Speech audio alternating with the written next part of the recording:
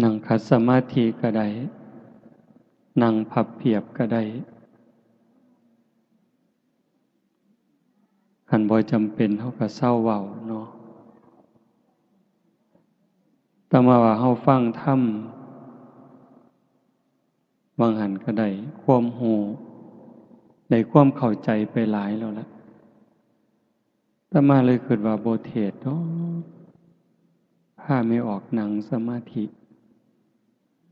จักหน่อยก็คือสิดี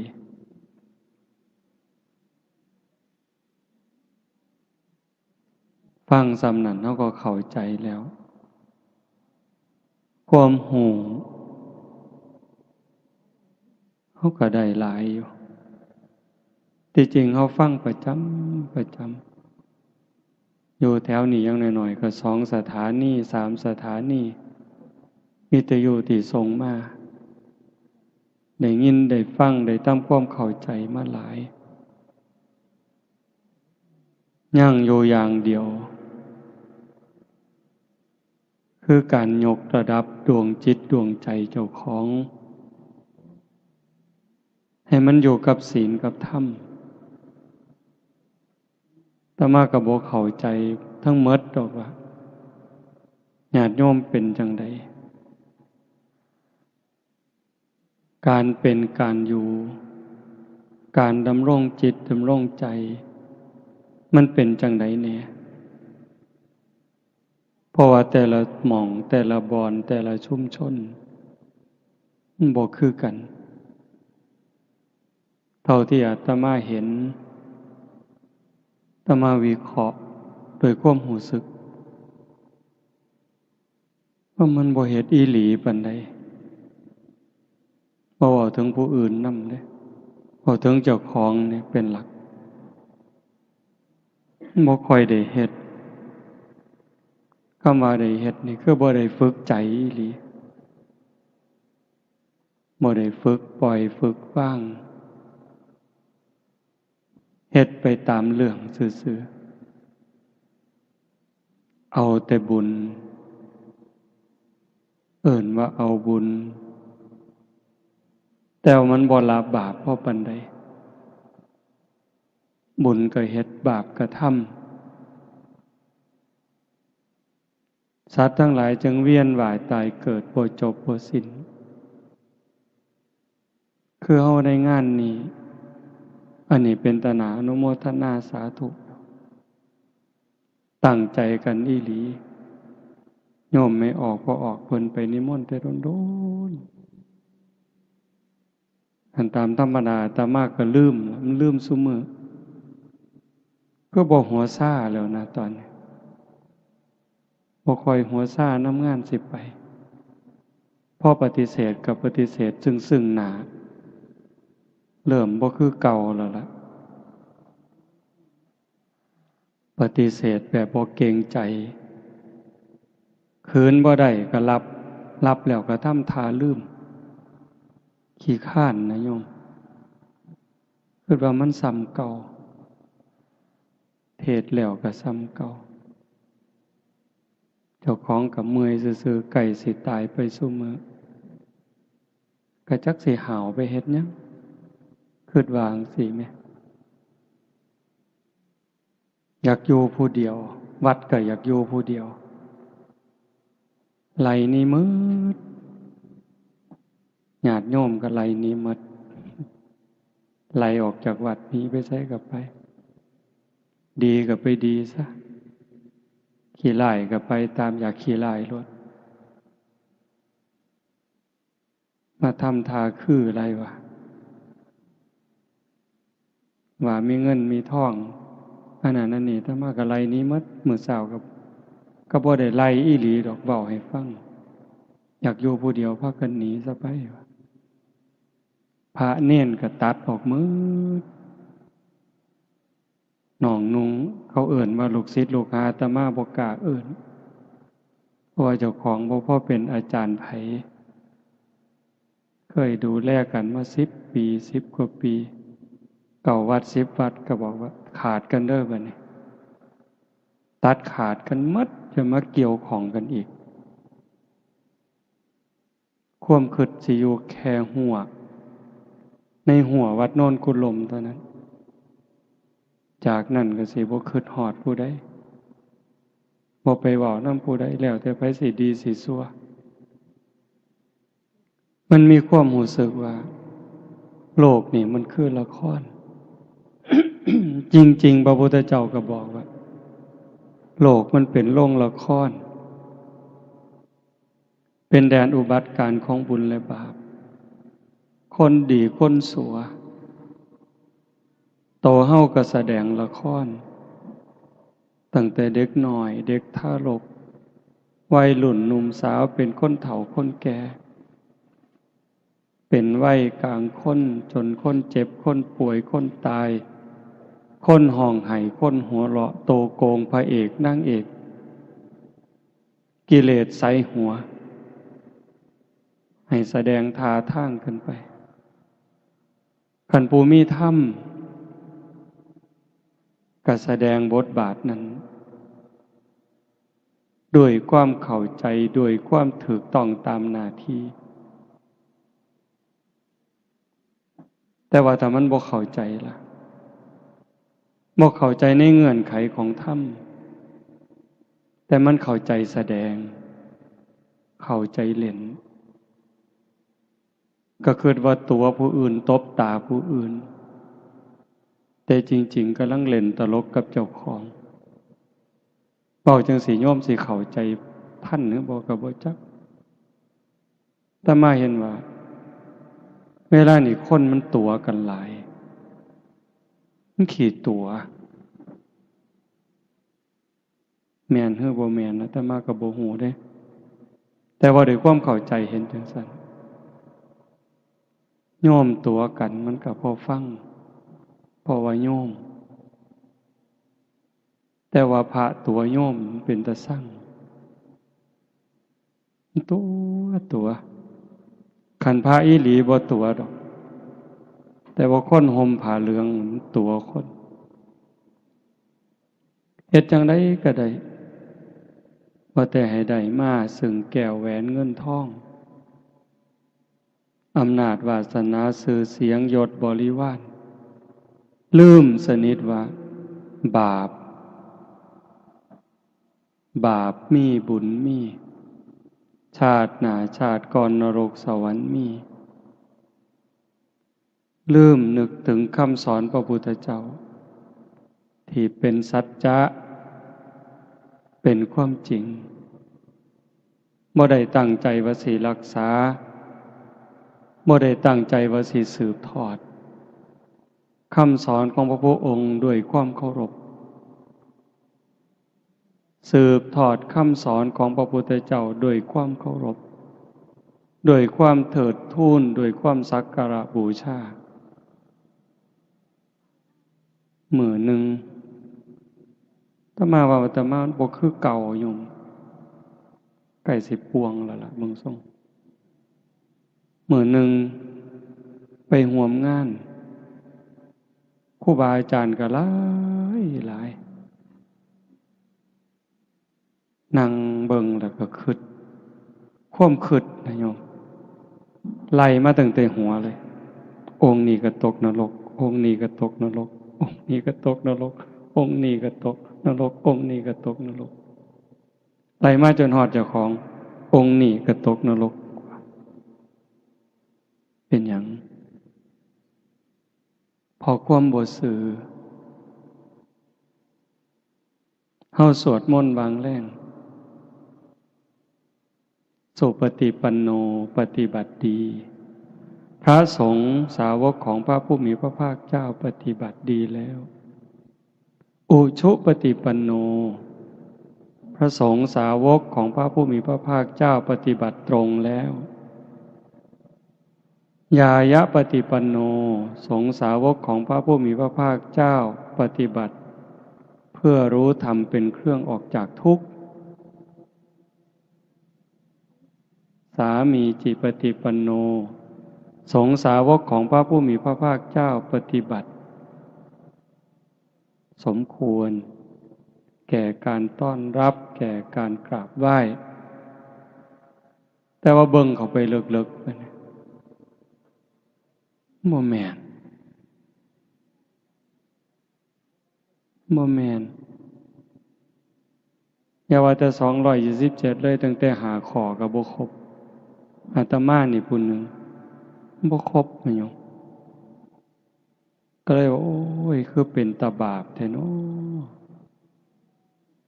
บอกจังซี่ญาติโยมก็อย่าตกใจเด้อย่าห่อเหี่ยวโยมมันได้บุญหลายกว่าพระอยู่แล้วบอกแนวนี้ครูบาก็อย่าเครียดคิดบอกเลยคิด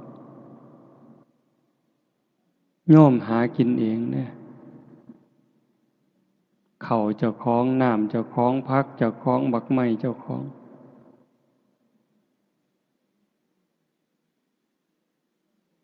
แต่ว่าพระเน้น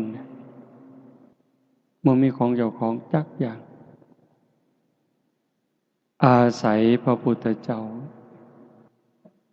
สิกขาสาชีวสมาปันนาถึงพร้อมด้วยสิกขาและธรรมเป็นเครื่องเลี้ยงชีวิตของภิกษุทั้งหลายขันบ่มีศีลบ่มีธรรมกลายเป็นโจรไถยะบริโภคสิเฮ็ดจังได๋ก็แล้วแต่ญาติโยมสิหลั่งไหลไปเป็นหมื่นเป็นแสนคนก็ตามเจ้าก็กลายเป็นโจรอยู่คือเขาคันถ้าบ่เอาศีลเอาธรรมเป็นที่ตั้งการเฮ็ดบุญเฮ็ดทานญาติโยมเฮ็ดด้วยศรัทธาอีหลีอีหลอนี่คืองานตั้งใจเป็นแห้มเดือนแห้มปีเด้ผู้ที่มาห่วมคือกันตั้งใจเป็นแห้มเดือนแห้มปีเป็นพี่เป็นน้องในสายธรรมได้คบขาสมาคมถูกใจกันไว้ใจกันเชื่อใจกันมาห่วมอนุโมทนาแต่งสุดขาวมาสมาทานศีลทำวัดสวดมนต์ฟังเทศน์ฟังธรรมเจริญสมาธิภาวนาควบคู่หวังให้เกิดบุญเกิดกุศลกับตนเองซะก่อนเฮ็ดบุญอุทิศก็คือการสร้างบุญให้มันเกิดกับเจ้าของกับโตโยมสู่คนเนี่ยเจ้าภาพลักๆก็คือผู้มีสื่อในกาศแต่ว่าเจ้าภาพสมทบก็คือญาติโยมสู่คนเนี่ยเฮาเป็นเจ้าภาพสู่คนทุกคนคือพี่คือน้องจริงๆก็บ่มีผู้อื่นดอกพระพุทธเจ้าเพิ่นบอกว่าในวัฏสงสารนี้ไม่มีใครเลยที่ไม่เคยเป็นพ่อเป็นแม่ไม่มีใครเลยที่ไม่เคยเป็นพี่เป็นน้องเป็นญาติร่วมสายโลหิตไม่มีใครเลยที่ไม่เคยเกิดเป็นสามีภรรยากันมาก่อนเมี่ยงใหม่ที่ตอมหลอดไฟเดดลิงไร่ที่ส่งเสียงเขาได้ยินคิดแก๊ดอยู่เนี่ยเขาก็เคยเป็นพ่อเป็นแม่เป็นพี่เป็นน้องเป็นผัวเป็นเมียเป็นญาติรวมสายโลหิตเฮามาพูดตั้งแต่นรกเวจีจนถึงปวากพรหมแต่เนื่องจากแต่ละคนแต่ละชีวิตแต่ละดวงจิตสร้างบาปสร้างบุญมาต่างกันผู้ประมาทหลายสร้างบาปหลายพูนไปอยู่นรกพุ่นล่องลงมาเป็นเปรตอสุรกายผู้บาปหน่อยจักหน่อยเป็นสัตว์เดรัจฉานบาปหน่อยก็นั้นอีกเกิดมาเป็นคนคือกัน เป็นคนพิกลพิการแข้งขาบ่ดีหูตาบ่ดียากจนคนแค้นผู้บุญหลายจักหน่อยเกิดมาเป็นคนคือกันรูปร่างดีหน้าตาดีผิวพรรณดีฐานะดีสติปัญญาดีโรคภัยไข้เจ็บหน่อยอายุยืนผู้บุญหลายขึ้นไปเป็นพิเศษเป็นเทวดาเป็นพรหมเฮาล่ะกะซ้ำเฮานี่ล่ะบุญหน่อยกะซ้ำนี่บุญหลายกะซ้ำนี่แต่ว่าก็โชคดีหลายบัดเกิดมาเป็นคนแล้วเกิดมาเป็นคนไทยได้พ่อพระพุทธศาสนาเกิดในบ้านที่มีวัดมีว่ามีครูบาอาจารย์จูงใส่ศีลใส่ธรรมญาติโยมเองก็เป็นผู้บ่ประมาทมีความเสื่อมีความศรัทธามีความเข้าใจในหลักธรรมคำสอนขององค์สมเด็จพระบรมศาสดาเวลาคิดฮอดพ่อคิดฮอดแม่ผู้มีพระคุณที่เลี้ยงมาพาใหญ่หมดทุกสิ่งทุกอย่างมีความหักมีความห่วงใยว่างอนาคตให้เฮาคือเฮาฟังเทศน์ไปบางหันครูบาอาจารย์เพิ่นเว้าให้ฟังหมดล่ะถือว่าบุญหลายเด้เฮาฟังเทศน์ฟังธรรมเข้าใจได้เกิดศรัทธาแล้วก็มีปัญญาในการเฮ็ดการทำบ่เฮ็ดตามใจเจ้าของคิดบ่เฮ็ดตามความรู้สึกของสังคมบ้านเมืองเขาพาเฮ็ดฆ่าสัตว์ตัดชีวิตเลี้ยงเหล้าเลี้ยงยานี่มหรสพที่ยั่วย้อมม่อมเมาปลุกเราบาปอกุศลกระตุ้นกิเลสให้พุทธขึ้นในจิตในใจเฮาเองในจิตในใจลูกหลานมีปัญญาบ่เฮ็ดจังซั่นนิมนต์ครูบาอาจารย์มาพาทำวัดอ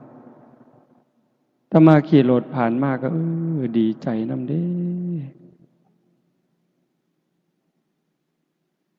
เห็นเฮาทำวัดอยู่ซ้ำนั้นมันก็พ่อดอกโยม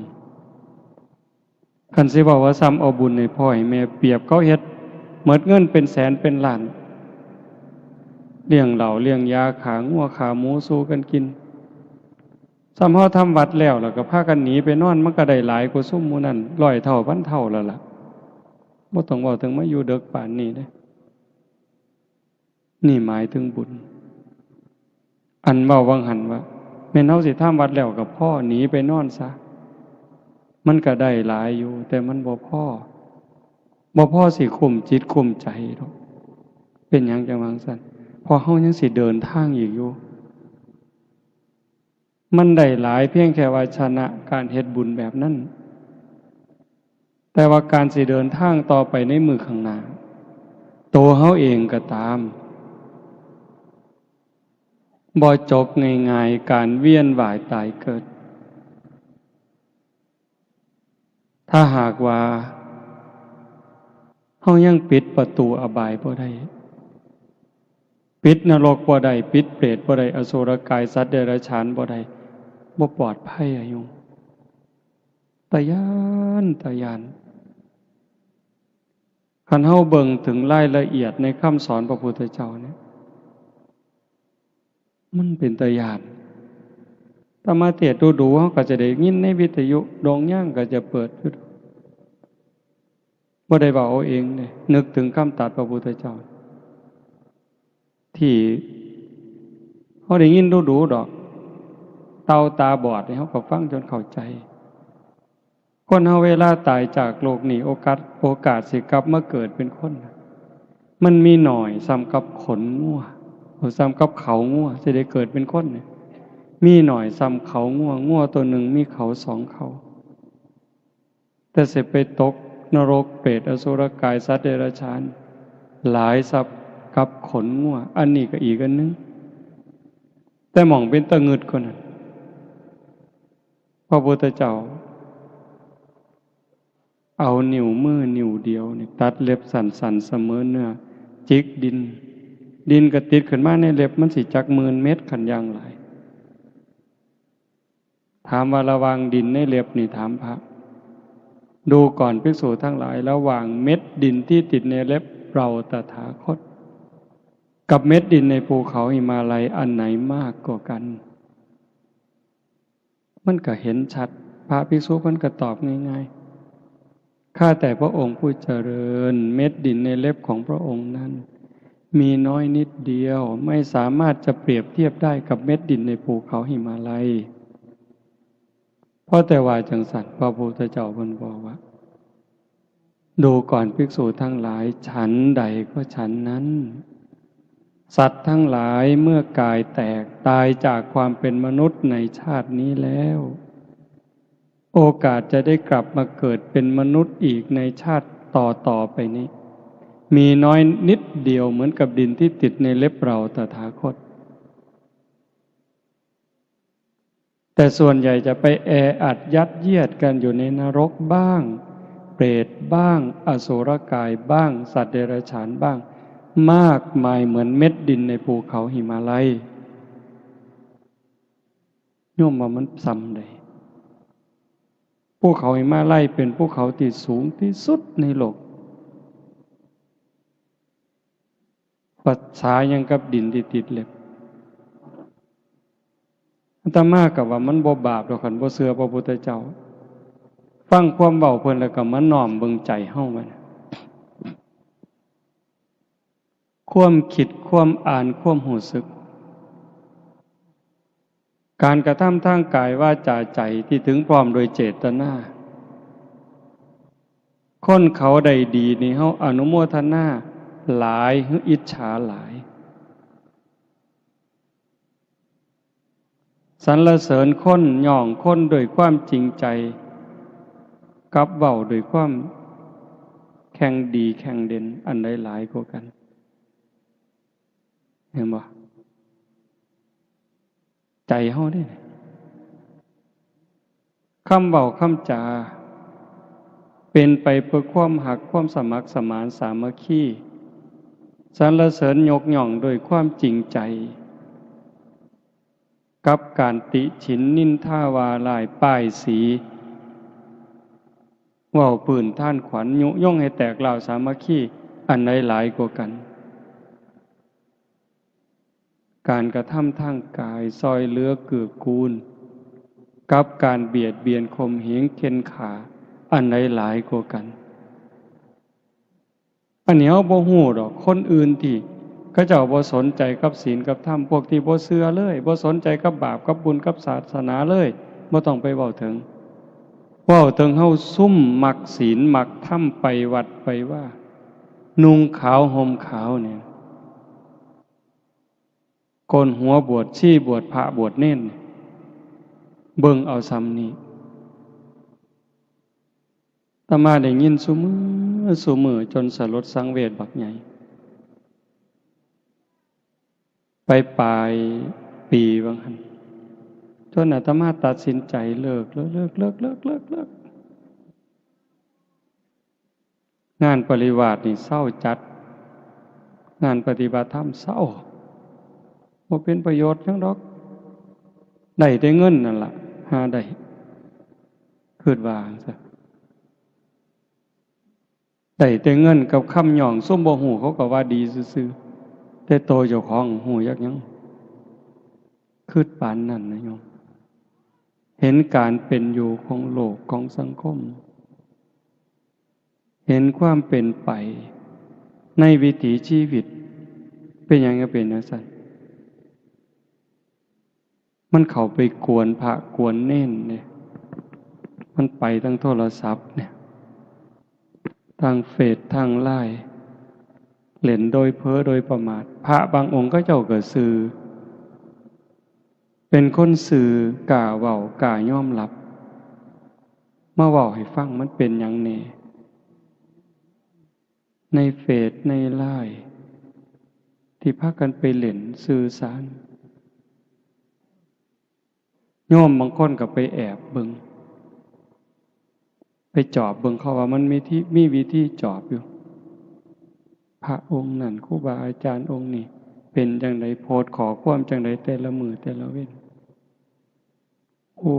ยเลยเกิดสลดสังเวชบักอย่างคักพอแต่คิดจังสั่นก็นึกถึงคำตรัสพระพุทธเจ้าที่ยกตัวอย่างว่าหั่นล่ะโยมก็บ่ได้ย้านพระคือกันเด้ไม่ออกพอออกบ่ปานใดตัวไม่ออกนี่ก็บ่ได้ย้านส่งขอความหาครูบาก็เว้าไปสารพัดแนวอยากเว้าแล้วโอ้บ่แปลกก็เลยนึกถึงสมัยครั้งพุทธกาลพระเป็นลูกเป็นภิกษุแม่เป็นภิกษุณีบ่แปลกกิเลสมันรุนแรงความไก่ฉิดความคุ้นเคยเฮ็ดให้เสียบักหลาย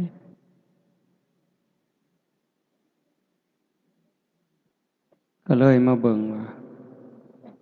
มันสิไปไสบัดนี้จังว่าถามญาติถามโยมบ่อยๆแล้วก็บอกญาติโยมเสมอว่าฮักเจ้าของบ่ให้ฮักเจ้าของหลายๆเด้อรู้ตนเจ้าของหลายๆห่วงใยเจ้าของหลายๆคำว่ารู้ตนเจ้าของฮักเจ้าของห่วงใยเจ้าของนี่อย่าห่วงร่างกายหลายกว่าจิตวิญญาณซุมื้อคนดูแลสุขภาพร่างกายดีหาแนวกินดีๆอยู่หม่องสำบายเสื้อผ้าหนาแพร่ดีๆยาบำรุงยารักษาเขามีหอดคอร์ดชะลอไว้วางมือก่อนนี่บ่มือว่านบ่จักจือบ่ได้ความจำอาตมาเสียไปอีกแล้วปีกายเขาว่าเป็นความจำเสื่อมมันกลับมาเสื่อมอีกแล้วกระสร้างมันดอกก็เจ้ามาเป็นหมอหรอกหมอ2-3 คนเมื่อวันที่31คือส่วนมาสวดมนต์สุดท้ายว่าบ่ได้อยู่ไปเรียนคอร์สเข้าคอร์สอบรมพิเศษคอร์สชะลอไว้ก็แม่นคนซุมื้อพยายามสิต่อสู้กับธรรมชาติต่อสู้กับความจริงเริ่มตั้งแต่ต่อสู้กับความแก่ความเฒ่าบ่ยอมง่ายเด้ตั้งแต่ผมก็บ่ยอมให้งอกมันงอกก็ยอมก็แม่นอยู่อยากให้มันงามก็บ่เป็นหยังหนังเหี่ยวก็เฮ็ดให้มันบ่เหี่ยวก็แล้วแต่สิหาวิธี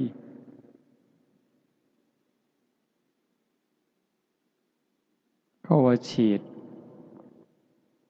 หน้าฉีดข้างฉีดดังหมดซุแนวอันนี้ก็ต่อสู้กับความเฒ่าเด้ต่อสู้กับความเจ็บกับความตายจักเลือดจักน้ำเกลือใส่ออกซิเจนผู้บางคนตามธรรมชาติก็ตายแต่เฮิงแต่ว่าเอาเครื่องซอยไว้คอมพิวเตอร์ซอยไว้แต่บัดสุดท้ายก็สู่บ่ได้คือเก่าพระพุทธเจ้าสอนให้พิจารณามีความเกิดเป็นทุกข์เกิดแล้วก็มีความแก่เป็นธรรมดาแต่ความแก่นั่นก็เป็นทุกข์มีความเจ็บไข้เป็นธรรมดาความเจ็บไข้นั่นก็เป็นทุกข์มีความพลัดพรากเป็นธรรมดาจากสิ่งหักสิ่งแพงแต่ แต่ความผัดผากนะก็เป็นธรรมดาทุกคนต้องผัดผากมีความตายเป็นธรรมดาทุกคนก็หนีบ่พ้นพระพุทธองค์จึงให้สอนให้เฮาเข้าไปหาความจริงเรียนรู้ความจริงแล้วก็เตรียมตัวรับอย่างมีสติอย่างมีปัญญาคือโยมผู้เป็นเจ้าภาพมื้อนี้แหละตั้งใจเฮ็ดกองบุญกองอทะเพื่ออุทิศถึงพ่อแม่ผู้บังเกิดเก่าผู้มีพระคุณไล่บ่หมดดอกบุญคุณเพิ่นนั้นตั้งแต่เรื่องเล็กๆน้อยๆแค่ความหักความห่วงใยเฮาก็ใส่บ่หมดดอกโยมบ่เว้าถึงว่าเพิ่นเลี้ยงจนใหญ่กาหน้าบ้านมอบทรัพย์สมบัติให้เด้เพียงแต่ความห่วงใยห่วงอนาคตลูกสิเป็นจังใดสิมีอยู่มีกินน้ำเขาบ่สิมีหน้าตาในสังคมบ่สิซอยเหลือเจ้าของได้บ่เกิดจากความห่วงใยเพิ่นจึงขนขวายทุกสิ่งทุกอย่างลูกก็จังมีมื้อนี้พ่อแม่เพิ่นคือกันพ่อแม่เฮาก็คือกันสิยากดีมีจนหาเช้ากินค่ำแม่ก็ตั้งขอทานเลี้ยงชีวิตพ่อแม่ก็มีความหักความห่วงใยต่ออนาคตของลูกเห็นบ่จังซั่นเฮาได้ตั้งใจเฮ็ดกองบุญกองกุศลเพื่ออุทิศถึงเพิ่นนี่มันถูกแล้วที่เฮาบ่เฮ็ดตามเขาว่าบ่เฮ็ดตามกระแสของสังคมเฮาพยายามสิเฮ็ดตามคำสอนพระพุทธเจ้า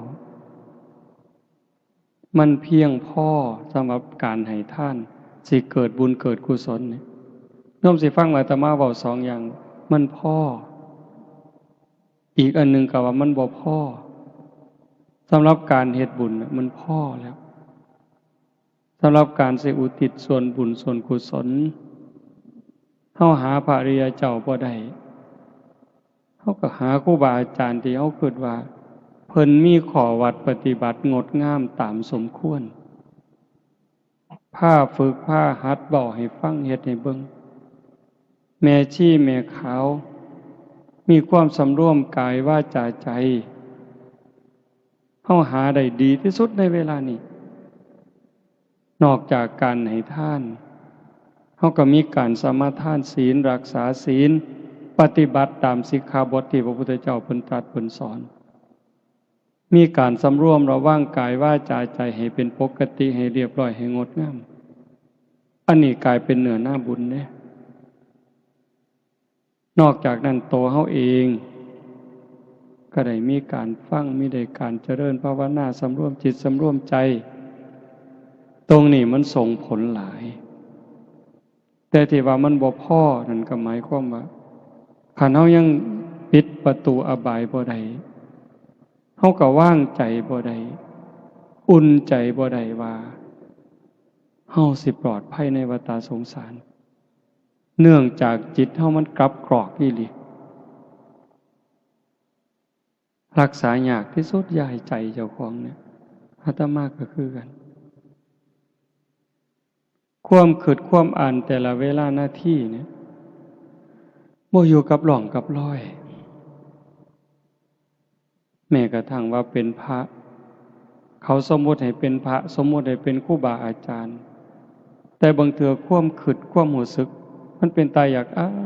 ยอยากอายคิดบ่คือครูบาเห็นบ่คันสิว่าแต่ครูบาเพิ่นโยมก็ถามโยมมึงว่าโยมคิดคือโยมบ่แต่ว่าด้วยความเข้าใจลึกๆความรู้สึกของอาตมาว่าโยมส่วนใหญ่นี่ย่านบาปหลายกว่าครูบาอยู่เด้นั่งเถื่อเด้อโยมนั่งเถื่อสำรวมระวังย่านบาปย่านกรรมกว่าครูบาอยู่เด้ครูบามันลึงคันถ้าครูบาย่านบาปบ่กล้าซื้อเลขดอกโยมบ่กล้า คันครูบาย่านบาปบ่กล้าบอกเลขแท้ๆอันนี้โยมกับจะเสือเนี่ยได้คิดเบิ่งเนี่ยสิรวยไปหยังเขาก็บ่ได้ซื้อน้ำก็บ่ได้ซื้อไฟก็บ่ได้เสียกุฏิก็บ่ได้เซาแต่ว่ายังซื้อเลขนำเขาไปเล่นมวยตู้เล่นบั้งไฟไปไกลเลยถ้าย่านบาปบ่กล้าเห็นบ่อันนี้บ่ได้มีเจตนาว่าให้กันเด้เพียงแต่ว่าถึงว่าในใจเนี่ยมันยังเอาบ่ออกคันเห็นไม่ออกผู้สีใกล้ๆครูบาก็ลักขึดแนวบ่คือเด้แต่ว่าไม่ออกบางคนบ่กล้าได้เว้าน้ำพระก้มหน้าได้เด้หลายหม่องหลายบอนที่เขาเจ้าฝึกดีๆเวลาบ่น้ำครูบานี่ลบตาก้มลงปั๊บย่างสวนทางกับครูบานั่งพับเพียบก้มหน้าลงปั๊บบ่กล้าเงยหน้าเบิ่งพระเห็นบ่นั่นคือแนวมันเป็นตาย้านก็ย้านไว้ระวังไว้คนโบราณเพิ่นสอนดีแต่ว่าซุมื้อมันเริ่มผสมประสานผู้ย้านก็ย้านผู้บ่ย้านก็บ่ย้านเลยเล่นเว้าหยอกเว้าหัวสนิทชิดเชื่อต่อปากต่อคำตาน้อยตาใหญ่ถ้ามาเคยว่าสิจกตามันได้ยังไงบอกเลยมาเล่นตาสมตาวันนี้จกตาเดี๋ยวนี้ปานนั้นนะโยมโลกมันก็จังเป็นอยู่จังซี่ความเดือดร้อน ความบ่เป็นสุขบ้านเมืองก็ขาดระเบียบวินัยวัดว่าก็เริ่มโรยล่าลงโรยล่าลงมันเป็นจังไดนั่นคือเอาใจออกทางศีลทางธรรมแต่บ่ได้หมายความว่าศาสนาหมดเด้บ่หมดบ่เสื่อมบ่มีเสื่อมบ่เคยเสื่อมแล้วก็สิบ่เสื่อมคันเฮ็ดดีเฮ็ดถูกต้องมื้อนี้บุญกุศลคือเก่าคุณธรรมคือเก่าอากาลิโกปฏิบัติได้ให้ผลได้ไม่จำกัดการจังว่าโยมพอออกไม่ออกพากันเฮ็ดงานบุญนี่ดีใจเห็นโยมพอออกเพิ่นนั่งสมาธิตั้งแต่บุญผู้อื่นสิหัวสิหาวแล้วบ่หัวซ่านั่งนิ่งนี่ได้บุญนำเพิ่นโยมไม่ออกเจ้าภาพก็นั่งนิ่งตั้งแต่มาได้บุญนำจังซี่ถูกต้องไงโยมเฮาเอิ้นผู้ใฝ่ศีลใฝ่ธรรมญาติธรรมผู้เชื่อในบาปในบุญหวังในบุญในกุศลมาตุ่มมาห้อมมันเป็นเวลาสั้นๆ10 กว่าชั่วโมงตั้งอกตั้งใจบำเพ็ญเพียรภาวนาฟังเทศน์นี่สิฟังก็ได้บ่ฟังก็ได้ดอกอาตมาว่าฟังก็ได้บ่ฟังก็ได้เบิ่งลมหายใจเข้าเบิ่งลมหายใจออกคันได้ยินเสียงก็ตั้งสติฟังแค่เสียงมันกระทบหูแล้วก็ดับลงเกิดขึ้นแล้วดับไปเกิดขึ้นดับไปเกิดขึ้นดับไปเป็นอารมณ์ของพระกรรมฐานยิ่งพิจารณาเห็นการเกิดดับของเสียงบุญกุศลแห่งหลายโยมมันเลยจากสมถะสู่วิปัสสนาแล้วจิตใจเฮาสิคลายความยึดมั่นถือมั่นบุญมันหลายกว่าเฮามาให้ท่านเป็นแสนเป็นล้านบุญกิริยาวัตถุ10โฮมโยมได้ฟังอยู่ประจำสิ่งที่เฮาเฮ็ดกองอัฏฐะตั้งแต่ผ้าไตรจีวรหมอนสาดกองเข่ากระติบเข่ากระตามหมากยังกระสร้างดอกอันนี้มันเป็นพื้นดีประโทษเด้บ่แม่นบ่ดีเด้ มีอานิสงส์มากมายมหาศาลแต่มันเทียบบ่ได้กับศีล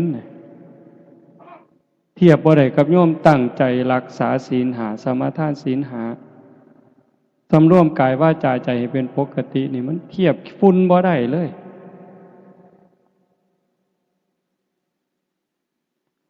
ท่านนี่มีองค์ประกอบบักหลายหนึ่งของให้ท่านนั้นบริสุทธิ์บ่ขันของให้ท่านบริสุทธิ์ผู้ให้บริสุทธิ์บ่ผู้ให้บริสุทธิ์แล้วผู้รับบริสุทธิ์บ่เอาผู้รับบริสุทธิ์ผู้ให้บริสุทธิ์วัตถุท่านบริสุทธิ์เจตนาล่ะก่อนให้คณะให้หลังให้นั่นหลายเรื่องอยู่ดิคุณธรรมของผู้ให้ของผู้รับละเอียดลงไปอีกบักหลายเหตุปัจจัยแต่ว่าการเอาสำรวมกายวาจาใจให้เป็นปกติปั๊บอายสัวโกบาปเป็นร้อยเท่าพันเท่าหลายกว่ากันยิ่งมาเจริญสมาธิข่มใจสำรวมใจจากจิตที่มันเคยฝุ่งซ่านไปอยู่กับอดีตไปอยู่กับอนาคตไปหักไปสร้างไปอยู่กับผู้นั้นผู้นี้ให้มันมาอยู่กับเนื้อกับตัวให้มันนิ่งให้มันสงบหายใจเข้าก็เห็นลมหายใจเข้าหายใจออกก็เห็นลมหายใจออกหยาบก็หูละเอียดก็หูสั่นก็หูยาวก็หูเห็นแค่ลมเข้าลมออกหูสิใส่พุทโธยังก็แล้วแต่เห็นรูปเจ้าของนางชัดเจนก็แล้วแต่จิตบ่วอกแวกบ่ไปหน้ามาหลังแต่มันนิ่งสงบอยู่อันนี้ก็หลายกว่าศีลอีกเป็นร้อยเท่าพันเท่าไปแต่กันถ้าเขาเห็นการเกิดดับของอารมณ์เสียงดังขึ้นแล้วก็ดับไปเห็นเสียงมันเกิดดับเกิดดับอารมณ์ที่มากระทบจิตพอใจบ่พอใจเขาเห็นเป็นเพียงแค่สักว่าบ่ไปยินดียินร้ายเขาอาการที่มันเกิดเบิ่งสังเกตมันเกิดเดี๋ยวมันก็จางไปดับไปเกิดขึ้นก็จางไปดับไปเปลี่ยนแปลงอยู่ตลอดเวลาใจเขาจะเบาลงไปคลายความยึดมั่นถือมั่นนี่เดินตามห้อยพระพุทธเจ้าได้โตสงบบางหันยังน้ำห้อยฤาษีอยู่ได้แต่เห็นการเปลี่ยนแปลงเห็นสภาพที่มันทนบ่ได้ตั้งอยู่บ่ได้มีอนิจจังทุกขังอนัตตาบ่แม่นตัวตนของผู้ใดทุกสิ่งทุกอย่างอาศัยเหตุอาศัยปัจจัยเกิดขึ้นเมื่อเหตุเมื่อปัจจัยก็แตกสลายไปโตเฮาคือกันโตเขาคือกันสรรพสิ่งทั้งหลายในโลกเนี่ย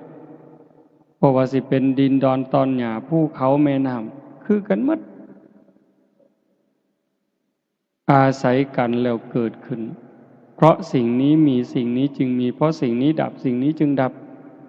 การเฮาเข้าใจจังซั่นเห็นความเปลี่ยนแปลงอยู่ในร่างกายเฮาตลอดตั้งแต่เป็นเด็กน้อยมาเป็นหนุ่มเป็นสาวผมก็เปลี่ยนแปลงร่างกายผิวหนังก็เปลี่ยนแปลงหูตาก็เปลี่ยนแปลงเห็นความที่ทนอยู่บ่ได้ในสังขารร่างกายพิจารณาถึงความแตกดับร่างกายก็คือกันสังขารที่เป็นส่วนร่างกายสังขารที่เป็นส่วนจิตใจคือกันหมดสัพเพสังขาราอนิจจาสวดมนต์ทำวัดเห็นปะสังขารคือร่างกายจิตใจและรูปธรรมนามธรรมทั้งหมดทั้งสิ้นมันไม่เที่ยงเกิดขึ้นแล้วดับไปมีแล้วหายไปเฮาบ่ว่าแต่ปากเฮาพิจารณาเบิ่งมันก็ชัดเจนอยู่มื้อนี้มันก็เป็นคือกันสัพเพสังขาราทุกขาสังขารคือร่างกายจิตใจและรูปธรรมนามธรรมทั้งหมดทั้งสิ้นมันเป็นทุกข์ทนยากเพราะเกิดขึ้นแล้วแก่เจ็บตายไปบ่แต่ปากเฮาพิจารณาตามอีกสัพเพธัมมาอนัตตาธรรมทั้งหลายทั้งปวงทั้งที่เป็นสังขารและมิใช่สังขารไม่ใช่ตัวไม่ใช่ตนไม่ควรถือว่าเรา ว่าของเราว่าตัวว่าตนของเราพิจารณาจังสิมันสิถอนนะโยมคันว่าแต่ปากว่าจนตายก็บ่เกิดประโยชน์แต่คันพิจารณาให้มันซึ้งมันก็สว่างเด้แต่มันก็อาศัยกันน่ะตัวความสงบอย่างน้ำห้อยฤาษีที่ว่าว่างั้นมันก็จะเป็นแห้งทรงให้เฮาเห็นห้อยพระพุทธเจ้าได้คิดอยู่จังหนึ่งอยู่ว่า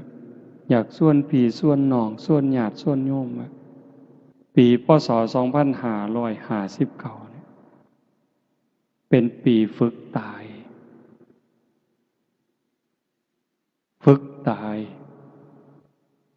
เป็นปีให้เข้าใจธรรมขึ้นกว่าเก่าได้บ่หน้าตาบ่ต้องไปหัวซ่ามันดอกไผสิหักไผสิสั่งไผสิศรัทธาบ่ศรัทธาอย่าเอามาใส่ใจเบิ่งใจเจ้าของนี่ว่ามันแบกอยู่บ่มันทุกข์บ่แบกเอาหักคนมาไว้นำมันบ่แบกเอาสร้างคนมาไว้บ่แบกเอาคำหย่องคำย่อมางี้ดีใจภูมิใจอยู่บ่แบกเอาความน้อยใจที่เขาเว้าพื้นเขานินทามาเป็นทุกข์จนนอนบ่หลับอยู่บ่ล้างความรู้สึกจังสี่ออกไปตายก่อนตายเป็นปริญญาตายก่อนตายใครได้รับเป็นอันนับว่าจบสิ้นการศึกษาเป็นโลกุตระหลุดพ้นในโลกาหยุดเวียนว่ายสิ้นสังสารวัฏบนพระพุทธเจ้าสอนเฮาจังซี่สิ่งที่เฮาเป็นเฮาอยู่นี่คือการกำลังก้าวย่างกำลังเดินทางตามห้อยของพระพุทธเจ้าที่จะมาเว้าแนวนี้เพื่ออยากให้ญาติโยมได้เห็นได้มีกำลังใจถึงแม้เฮาสิเกิดถ่ายพุทธันดรก่อนพุทธกาลเฮาได้มีโอกาสสร้างน้ำทำบุญได้มีโอกาสได้ฟังเทศน์ฟังธรรมได้เข้าวัดเข้าว่ากล้าหาญจนกระทั่งนุ่งขาวห่มขาวมาแจกข้าวหาพ่อแม่เนี่ยฟังเทศน์ฟังธรรมเฮ็ดต่างบ้านต่างเมืองเพิ่นในยุคปัจจุบันนี่กล้าหาญมาปานนี้บ่ถอยหลังเด้บ่ถอยหลังบ่เสียดายบาปบ่เสียดายดอกการสิได้เด่นได้มวลบ่เสียดายความมวลความเงินคำว่าจังสี่หมายความว่าจังไดแม่นอยู่ดอกเฮาบ่จ้างหมอร้องหมอลำบ่จ้างหนังมาเบิ่งก็จริงแต่ว่าความสนุกสนานเว้ากันเพื่อได้หัวนี่อันนี้ก็ไปบ่ทันรอดเด้หาเรื่องสนุกสนานมาเว้าพอได้หัวได้หาวกันดีบ่เฮาก็ว่ามันบันเทิงแต่เฮาเบิ่งพระพุทธเจ้าไปแม้กระทั่งหัวจนเห็นแขวก็บ่มีพระพุทธเจ้าเด้พระสาวกคือกันพระอรหันต์เพิ่นคือกันคันเห็นสิ่งที่แปลกประหลาดสิ่งที่อัศจรรย์อย่างหลายเพิ่นก็เพียงแค่แย้มที่มุมปากเห็นบ่เพียงแค่แย้มแต่ผู้เห็นพระภิกษุนำกันเห็นก็สิถามเป็นหยังอาจารย์ยังเป็นจังซั่นอย่างพระลักขณะเห็นพระโมคคัลลานะแย้มยิ้มที่มุมปาก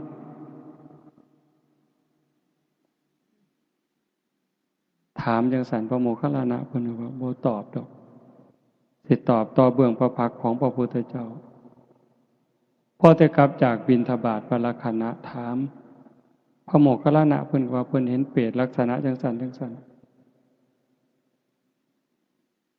พระพุทธเจ้าก็เลยบอกสาธุอันนั้นเป็นเรื่องจริงเฮาก็เห็นคือกันเป็นเวลานานมาแล้วแต่เฮาก็บ่เคยเว้า มื้อนี้โมคคัลลานะเป็นพยานให้เฮาเป็นพยานในโมคคัลลานะเรื่องนี้เป็นเรื่องจริงพระภิกษุทั้งหลายก็กราบทูลในพระพุทธเจ้าเล่าให้ฟังก็จังเล่าว่านั้นได้โยมมื้อนี้ว่าเพิ่นบ่ยิ้มบ่เว้าบ่หัวจนเห็นแขวเพิ่นเครียดอยู่มีความตึงเครียดมีปัญหาหลายซั่นบ่นั่นคือเพิ่นเห็นตามความเป็นจริงคันมันหัวหาวไปปานนั้นนั่นก็คือบ่ปกติบูดบึ้งก็บ่ปกติคือบ่ติดสายบ่ติดขวาบ่บูดบึ้งแล้วก็บ่ล่าเริงจนเกินคันล่าเริงก็เบิกบานในศีลในธรรมผู้เบิกบานมันม่วนในใจได้โยมเบิกบานในใจเด้บานซ้ำใดไม่ออกเคยเป็นหนี้คนแล้วใส่หนี้คนหมดบ่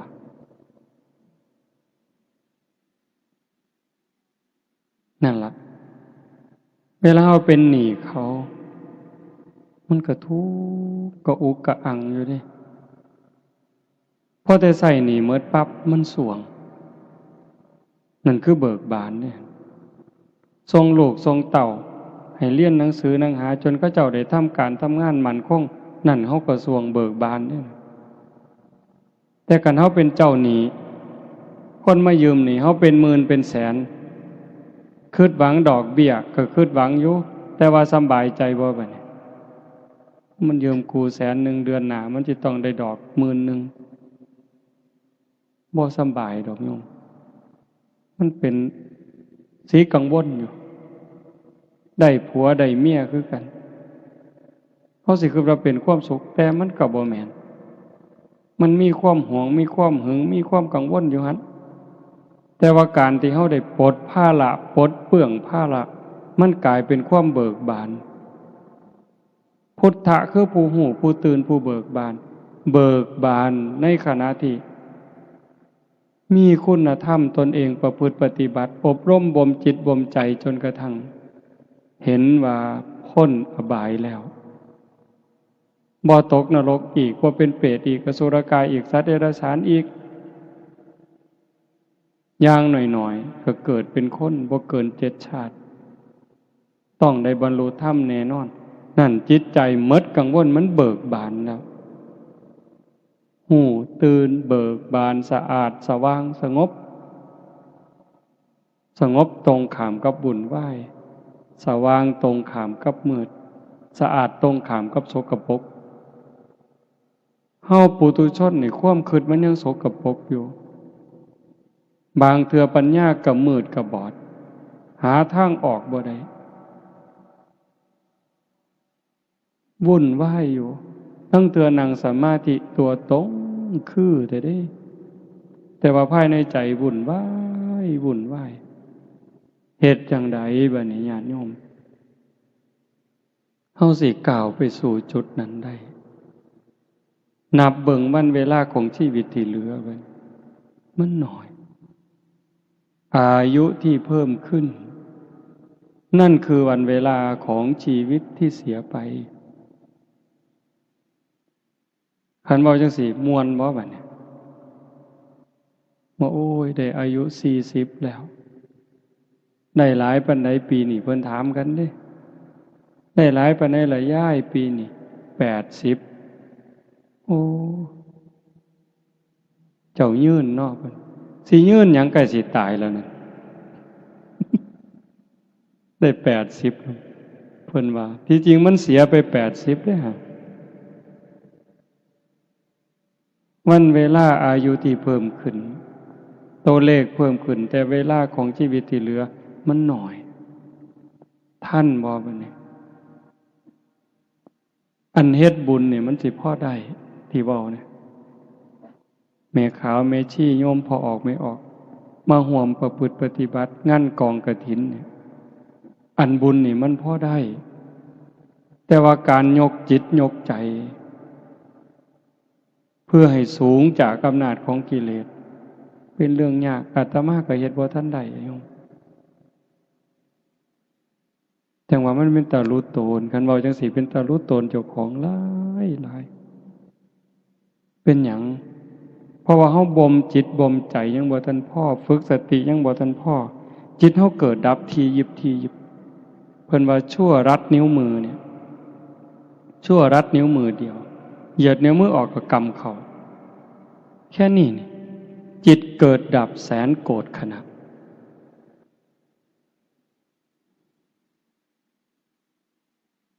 ร้อย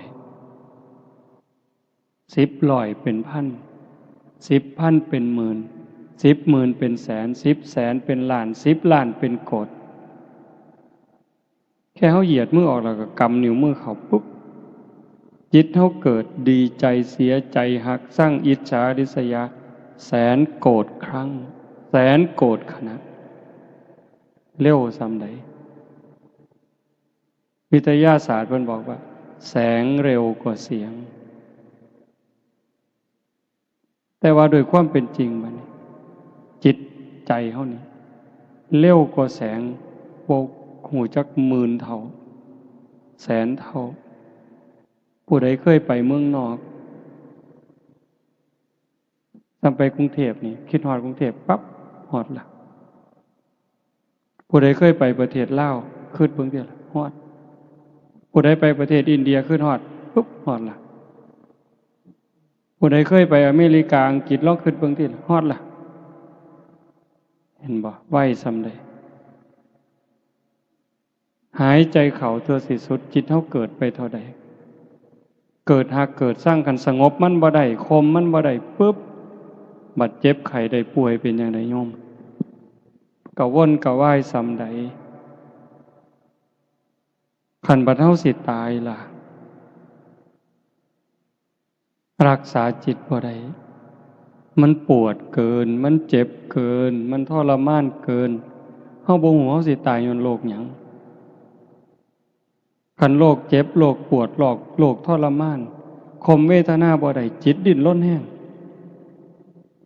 ตายในขณะที่ทุกข์มันไปอบายแน่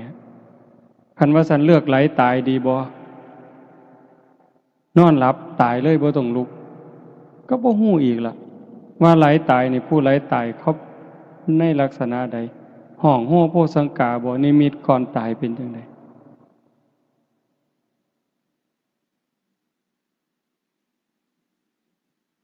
มื้อวันที่31อาตมาขึ้นไปภูเขาหน่อยพระพุทธรูปอยู่นั่นหายามกลางคืนเผื่อมีคนอยากไปนั่งสมาธิพิเศษเอาเฟื่องไปปลูกก็นะขี่รถหน่อยขึ้นไปเอาเฟื่องไปว่างเอาเฟื่องไปยาย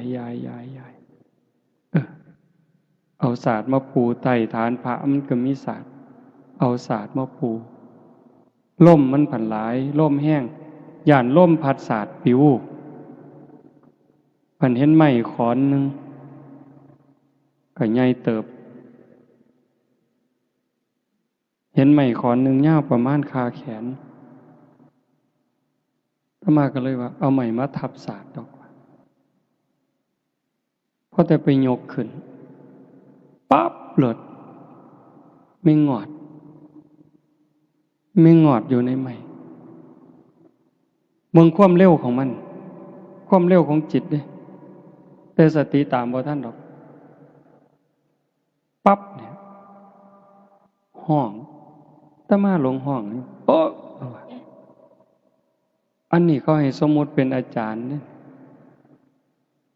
เว้าแต่กรรมฐานอยู่เรื่อยเว้าแต่เรื่องการปฏิบัติเจริญสติอยู่เรื่อยลักห้องบ่ฮู้โตไม่ออกโอ๊ยเพิ่นว่า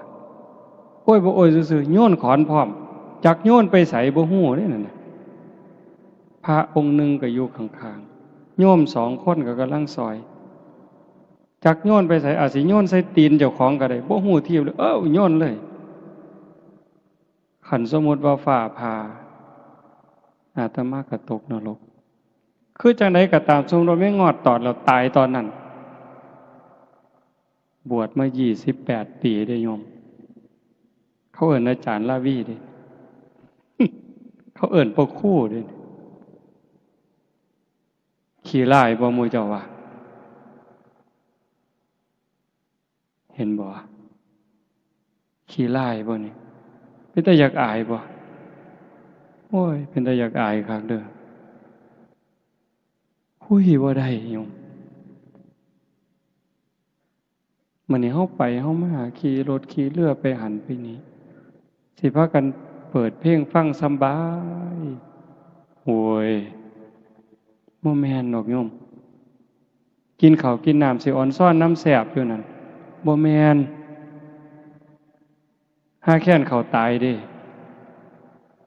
ไปไสล่ะในเมื่อควบคุมจิตบ่ได้ตรงนี้เป็นตาย้านโยมถ้าว่าถึงบุญนี่มันคักอยู่แล้ว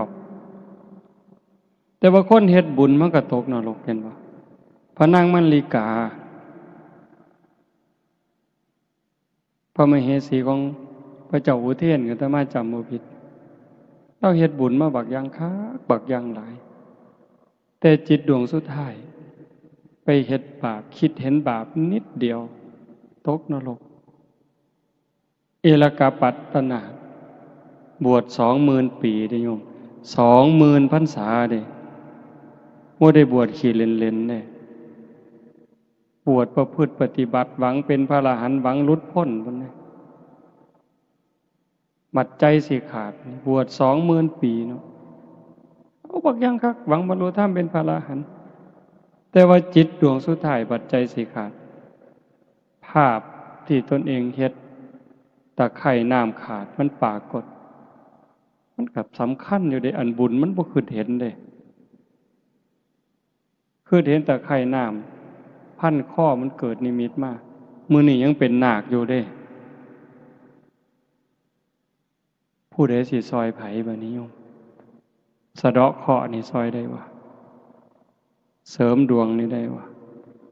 รดน้ำมนต์นี่ได้บ่ให้ครูบาอาจารย์องค์นั้นองค์นี้เฮ็ดให้ได้บ่มีทางอัตตาหิอัตโนนาโถ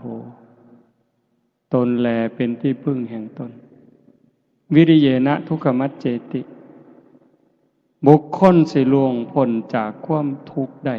ย้อนความเพียรของผู้นั้นเองญาติโยมมาเฮ็ดงานบุญเฮาบ่ให้ความบันเทิงแบบโลกที่มีกิเลสเป็นตัวหนุนเป็นตัวยุมาพาเฮาเฮ็ดแต่เฮาเอาธรรมะของพระพุทธเจ้ามาพาเฮ็ดง่วงแน่เมื่อยแน่อาตมาก็คือกันตั้งแต่ขึ้นมาอาตมาหายใจบ่อิ่มมันอยากตายอยู่เลย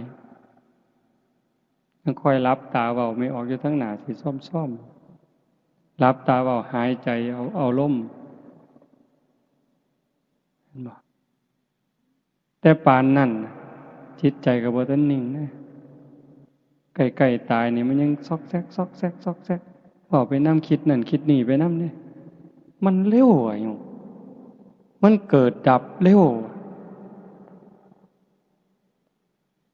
กว่าแสงชั่วรัดนิ้วมือเกิดดับแสนโกรธขนาดจึงเป็นเรื่องยากบ่แปลกที่พระพุทธเจ้าว่าเมื่อสิ้นลมหายใจตายจากความเป็นมนุษย์ในชาตินี้แล้วโอกาสจะไปตกนรกบ้างเปรตบ้างอสุรกายบ้างสัตว์เดรัจฉานบ้างมากมายเหมือนเม็ดดินในภูเขาหิมาลัยแต่โอกาสจะได้กลับมาเกิดเป็นคนอีกมีน้อยนิดเดียวเหมือนดินที่ติดในเล็บเราตัดเล็บสันๆเสมอเหนือมันสิหลายปานใดไม่ออกก็ลองไปจิกดินมื้ออื่นนี่แต่ก็ออกมานับหากล่องละเอียดซองเบิ่งว่ามันจักเม็ดต้องไปเทียบกับภูเขาคนในโลกนี่ก็คือกันขนาดเฮาภูเขาวัดเขาว่าบวชพระบวชชีนุ่งขาวห่มขาวเป็นคนใจบุญมักบุญขนาดนี้ก็สังเกตเบิ่งใจเฮามันซอกแซกซำใดเราซุ่มบ่สนใจกับวัดกับว่ากับศีลกับธรรมมันสิซ้ำใดมันดอกถ้าสั่นกันฮักเจ้าของห่วงใยเจ้าของหวังดีตัวเจ้าของนี่ต้องพยายามง่ายที่สุดคือว่ามันจะเป็นทางลัดอันนี้คือเอาเด้เป็นทางลัด ใส่เวลาหน่อยที่สุดฝึกตายเป็นคนตายฝึกเป็นคนตายเขาด่าให้เขาให้ให้เขาจมให้เขาเอาเปรียบก็บอกว่ากูตายแต่หึงแล้วมึงอยากได้ยังก็เอาไปรวดได้บ่ย่ายจังสิด่าก็ด่าไปรวดมึงด่าคนตายดอกกูบ่มีความรู้สึกดอกเป็นจังไดได้ง่ายบ่แนวนี้คิดง่ายอยู่แต่เฮ็ดยากสิย่องสิย่อสิให้รางวีรางวัลให้หยังมากก็ให้มาโลดแต่มึงให้คนตายดอกบ่ยินดีนำคันผู้ใดเฮ็ดได้เร็วเท่าใดแห่งแต่ดีจังว่าคันคือพวกอยู่วัดมื้อเช้าอาตมาก็เว้าอยู่เด้มื้อเช้ามันยังเป็นวันที่3อยู่เนาะเป็นวันอาทิตย์วันเริ่มต้นตั้งแต่มื้อนี้พวกโยมอยู่วัดพวกแม่ชีมื้อยังพวกนี้บ่ปากจังอยู่นำอาตมาได้คือบ่ปากเลยอยู่จนเป็นพรรษาจนออกพรรษาอาตมาก็บ่เคยถามชื่อบ่เคยฮู้บ่เว้านำเขาเจ้าก็บ่เว้าอีหลีก้มหน้าก้มตาเฮ็ดเวียกอย่างเดียวปัดกวาดเช็ดถูนั่งเวลาย่างสวนมาอีกก็นั่งก้มหน้าซอกงอกเด้อตาลุต้นลุตนลังเตื้อเพราะว่าคันบ่เอาจังสั่นมันบ่ได้มันทุกคนก็อยู่ในวังวนของกิเลสตัณหาทั้งหมดคันบ่ฝึกบ่ฝนบ่เขี่ยวเจ้าของเต็มที่ยากกินแซ่บอาตมาก็หายมันบ่ปกติอาตมาเกินบ้าอยู่เด้แซ่บหลายก็จมอันสิมาหม้อน้ำแซ่บน้ำนัวอยู่นี่ห้วยหนีวะโลด มันเป็นจังได๋รู้เพราะว่าเป็นห่วงเจ้าของนำห่วงทุกคนมันเป็นตาย้านโยมที่เว้าเป็นจังได๋อันตายเนี่ยมันก็เป็นตาย้านอยู่แต่อาตมาว่าหลังตายเป็นตาย้านกว่าเป็นหยังจังว่าจังซั่น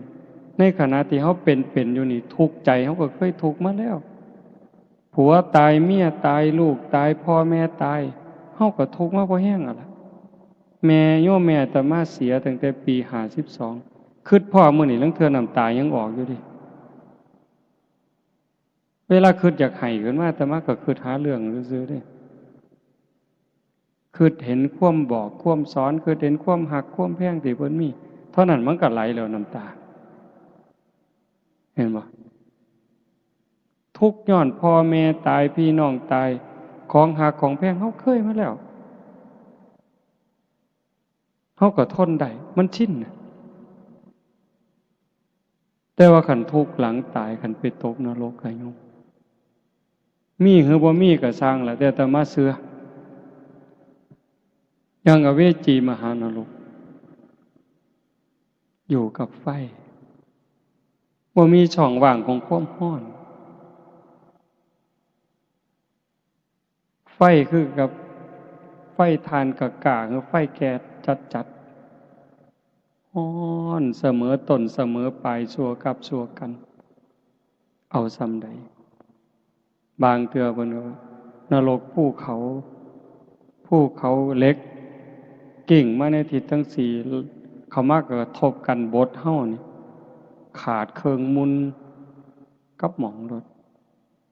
อันนี้เป็นตาย้านบ่คันเป็นเปรตหิวตลอดน้ำเลือดน้ำหนองไหลส้มเป็นตาย้านซ้ำใดถ้ามาว่าได้เป็นตาย้านขันมันดีที่สุดก็คือพยายามฝึกฝนอบรมบ่มจิตบ่มใจถอนหักสั่งบ่ต้องได้บ่ต้องเสียคันมันได้ก็สมมุติว่าได้ก็ใส่ไปตามนั้นมีไปตามนั้นแต่บ่เอามาแบกว่าของกูจนเป็นทุกข์เสียก็บ่แม่นว่าเสียดายว่าของกูจนต้องเป็นทุกข์ต้องนำเอาคืนต้องตามยื้อต้องแย่งต้องฟ้องลงฟ้องศาลให้ได้กลับคืนมาก็บ่ให้มันเป็นถึงขนาดนั้นขันปล่อยได้ว่างได้จิตใจว่าเป็นทุกข์นั่นคือใจลอยเด้ ใจลอยขึ้นสูงขึ้นจากอำนาจของกิเลสตัณหาการทำบุญนี่เป็นพื้นฐานเฮาสวดอยู่ประจำดอกสัพพปาปัสสะอาการนังการไม่ทำบาปทั้งปวงนี่เบื้องต้นเลยเว้นจากการเฮ็ดบาปเพราะว่าบาปมันเฮ็ดให้เกิดทุกข์ก่อทุกข์ก่อโทษก่อความเดือดร้อนให้ตนเองและผู้อื่นบาปเนี่ยบาปคือความทุกข์ความเดือดร้อนทั้งตนเองและผู้อื่นกุศลสูปสัมปทาการทำกุศลให้ถึงพร้อมเฮ็ดบุญเฮ็ดกุศลให้มันหลายขึ้นมากขึ้นบุญเฮ็ดให้เกิดความสุขความสบายใจทั้งตนเองและผู้อื่นนี่ก็คือภาพจังซี่ผู้ใดมาเห็นกันคนดีมีสัมมาทิฏฐิอดบ่ได้ดอกสิอ่อนซ่อนน้ำภูมิใจน้ำดีใจน้ำอดบ่ได้ฮอดเทวดาพุ่นแต่ว่ามันบ่ทันปลอดภัยทีละอย่างว่าเอลกาปัตตนาก็ตามพระนางมลิกาก็ตามเห็นบ่เพราะว่าจิตมันยังแวบๆรักษาบ่ได้บัดยามใกล้สิใจขาดแทนที่มันสิเอาบุญเฮ็ดบุญบักหลายทอฟ้าเนี่ยมันไปคิดเห็นบาปทอเข็มไปแล้วดิใส่บาปก่อนดิคำสอนของพระศาสนาจังเป็นสิ่งอัศจรรย์เป็นสิ่งประเสริฐสูงสุดสัจิตตปริโยทปันนังการชำระจิตของตนให้ขาวรอบชำระใจขัดสีใจให้ของจิตของใจเฮานี่ให้มันสะอาดบริสุทธิ์สะอาดจากหักสะอาดจากสั่งสะอาดจากโกรธสะอาดจากเกลียดสะอาดจากกลัวสะอาดจากโลภโกรธหลงเฮ็ดได้ง่ายบ่ง่ายคันมันง่ายกับบรรลุธรรมกันหมดแล้วก็จังต้องเพียรการให้ทานเนี่ยเป็นอุบายเพื่อเอาชนะความขี้ทีคันเฮาสิว่าเอาบุญก็หมายความว่าการให้ทานนี่เฮ็ดให้เฮามีอยู่มีกินเกิดชาติหน้าชาติใหม่สิเป็นคนร่ำคนรวยคนสวยคนงามนี่ว่าเอาบุญบ่ให้เกิดแต่คันว่าตามห้อยพระพุทธเจ้าไปการให้ทานเป็นอุบายเอาชนะความขี้ทีขี้เหนียวบ่หยุดรักษาศีลคันว่าแบบว่าบุญเพื่อให้เกิดมางามรักษาศีลเฮาสิเกิดมางามโรคภัยไข้เจ็บน้อยรูปร่างหน้าตาดีผิวพรรณดีโรคภัยไข้เจ็บหน่อยอายุยืนนั่นน่ะบอกจังซี่เลยแต่คันว่าตามห้อยพระพุทธเจ้าอีหลีบัดศีลเป็นอุบายออกจากการเบียดเบียนบ่เบียดเบียนตนเองบ่เบียดเบียนผู้อื่นคันบ่เบียดเบียนมันก็บ่มีบาปมันก็บ่มีโทษบ่มีเวรบ่มีภัยมันก็สะอาดไปเรื่อยศีลเป็นเครื่องชำระบุญเป็นเครื่องชำระศีลก็เป็นเครื่องชำระศีลก็เป็นอาภรณ์เห็นบ่ล่ะการเจริญภาวนาคันว่าแบบเอาบุญเจริญภาวนาเฮ็ดให้เฮาฉลาดก็แม่นอีหลีเบิดเกิดชาติหน้าพบใหม่ฉันใดก็สิเป็นคนมีสติมีปัญญาเฉลียวฉลาดอันนี้เว้าแบบเอาบุญแต่คันเว้าตามพระพุทธเจ้าการเจริญภาวนาเป็นอุบายเอาชนะความหลงความงมง่ายเพราะว่าการเจริญภาวนาเฮ็ดให้เกิดสติเกิดปัญญาฉลาดก็จริงแต่คันลึกไปกว่านั้นมันประหารกิเลสได้เกิดปัญญาจนสามารถเอาชนะกิเลสได้งานบุญอุทิศบุญอัฏฐะในมื้อนี้เฮาบวชลูกบวชหลานนำแล้วขบวนการทำนี่ล่ะมันมีครบสิเอาแบบบุญก็ได้เอาแบบพระพุทธเจ้าก็ได้ท่านเพื่อให้ร่ำให้รวยอุทิศถึงพ่อแม่ก็บ่ผิดขันคักไปกว่านั้นท่านเพื่อเอาชนะความขี้ที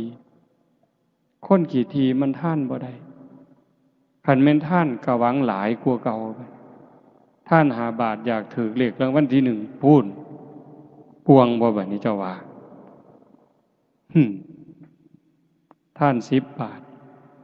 ท่าน100 บาทก็ฟังแต่เขาสิอ่านชื่อคันเขาบ่อ่านชื่อก็นอนบ่หลับยามมื้อเช้าไปถามผู้ใหญ่บ้านเป็นหยังบ่อ่านชื่อข่อยเพิ่นว่าบ่แม่นแต่โยมเด้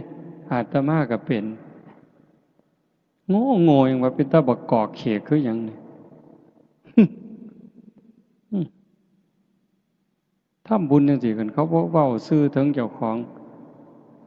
มันคือบ่ว่าเพิ่นยังว่าอยู่บัดเขาอ่านให้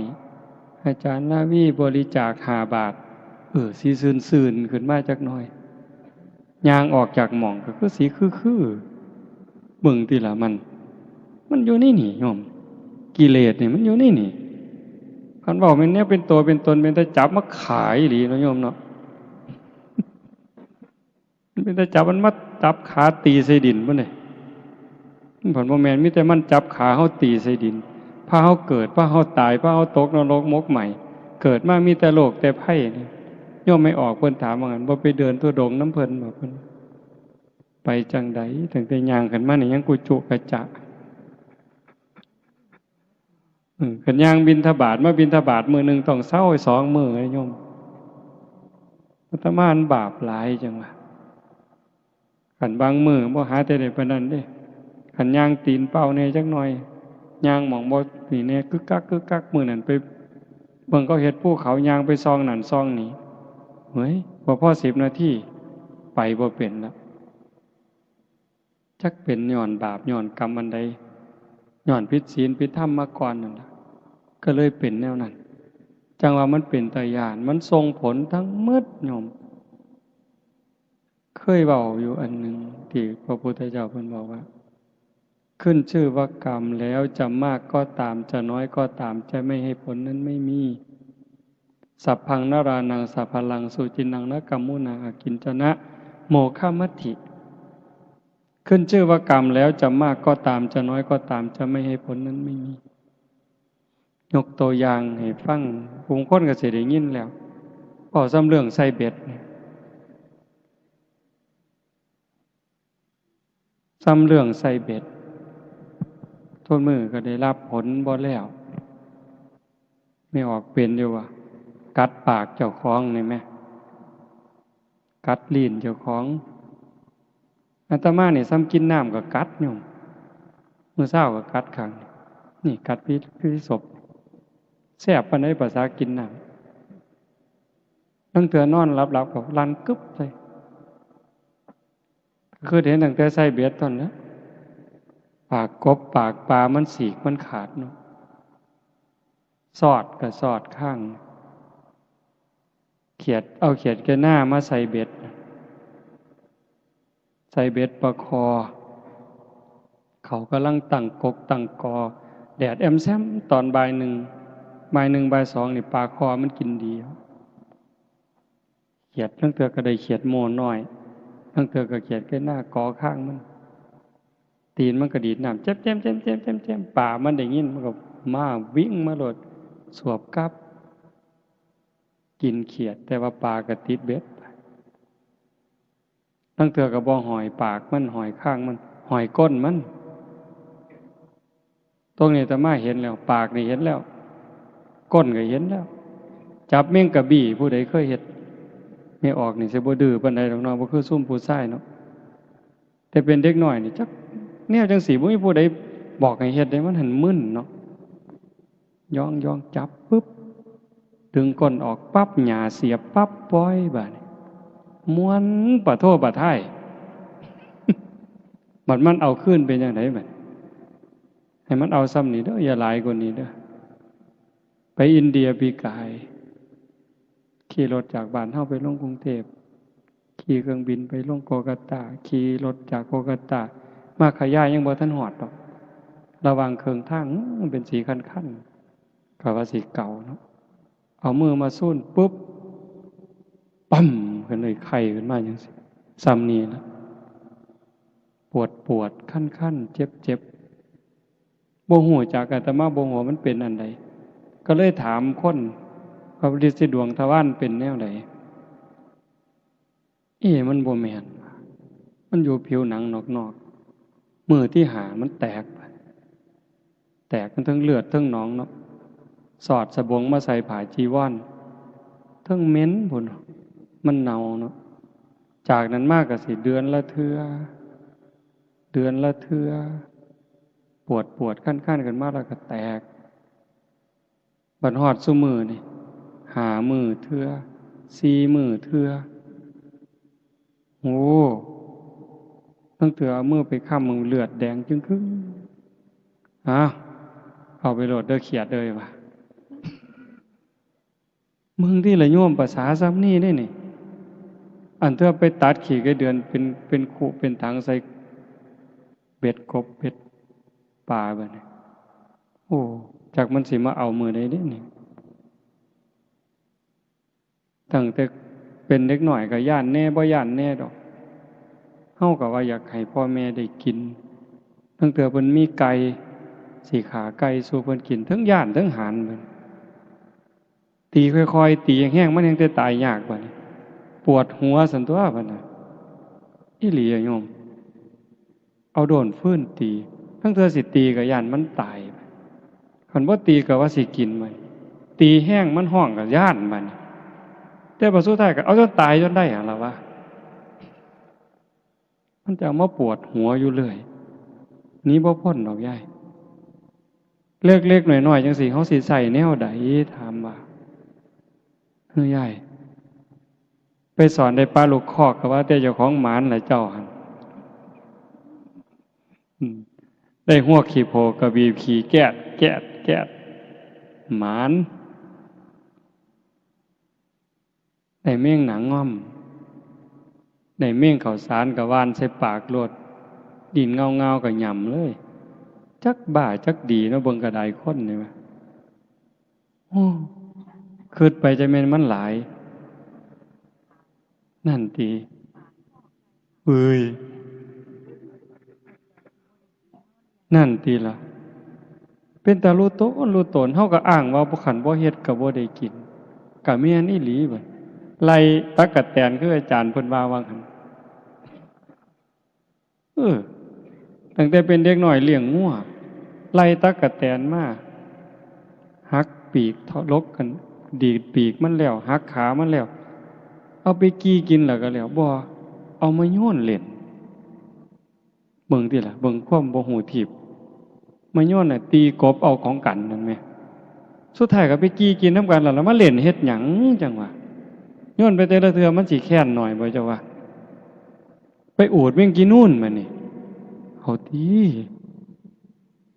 เฮ้ยสิเฮ็ดจังไหนไม่ออกสิใส่แนวใดนั่งสมาธิคักๆได้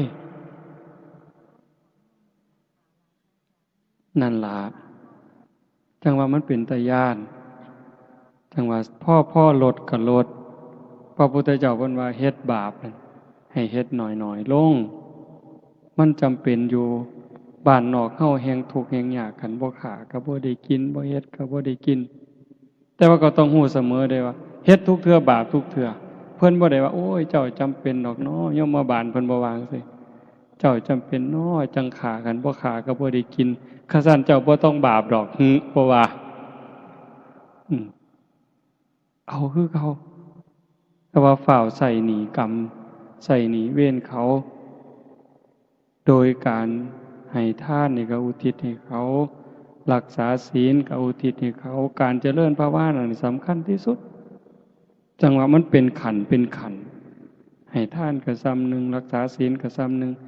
เฮ็ดสมาธิให้จิตสงบนี่ก็ได้ระดับหนึ่งแต่ขันธาวิปัสสนา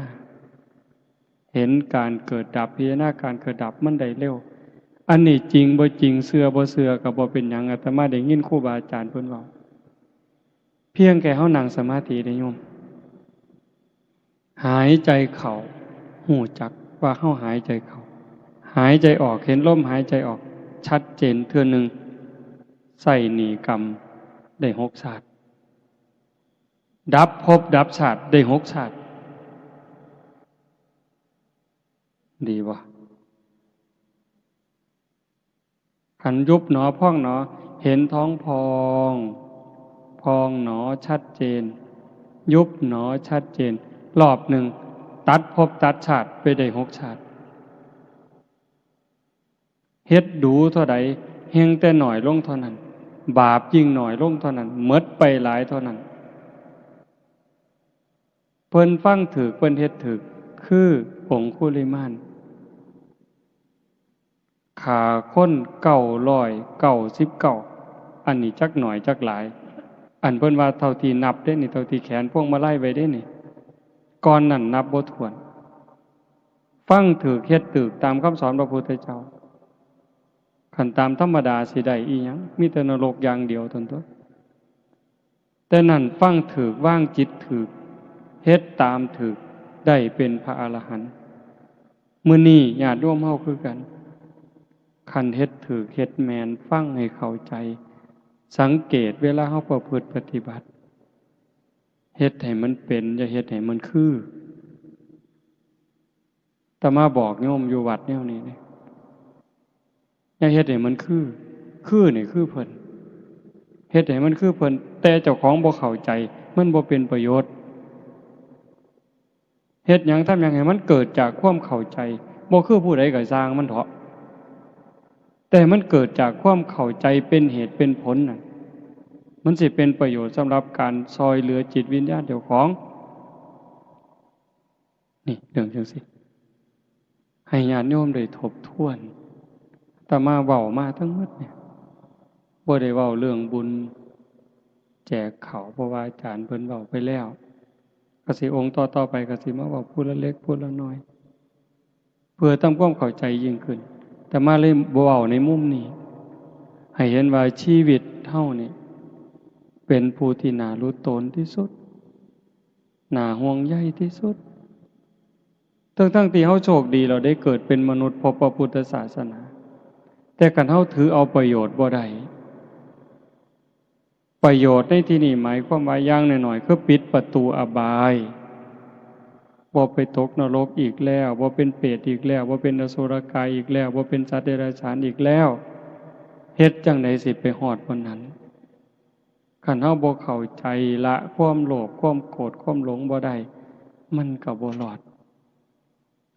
วิธีที่รัดสั้นที่สุดสะดวกที่สุด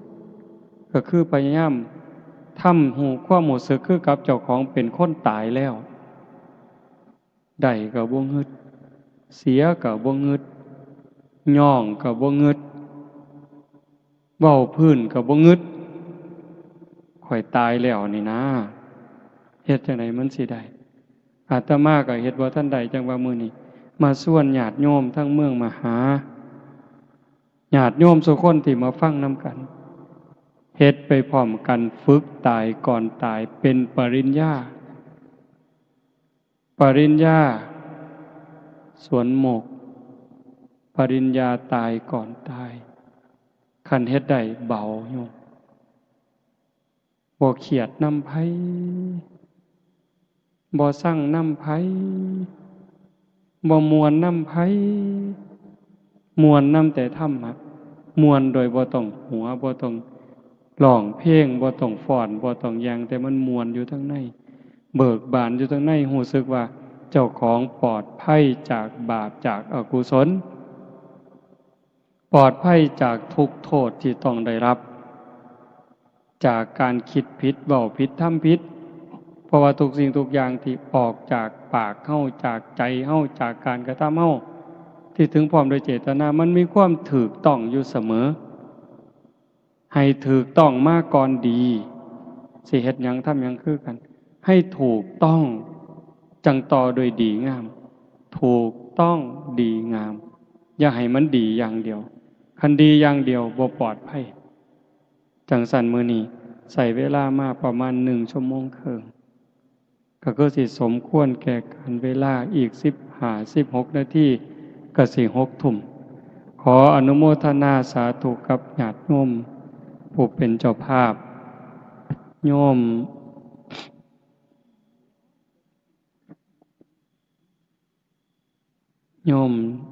สงวนใจ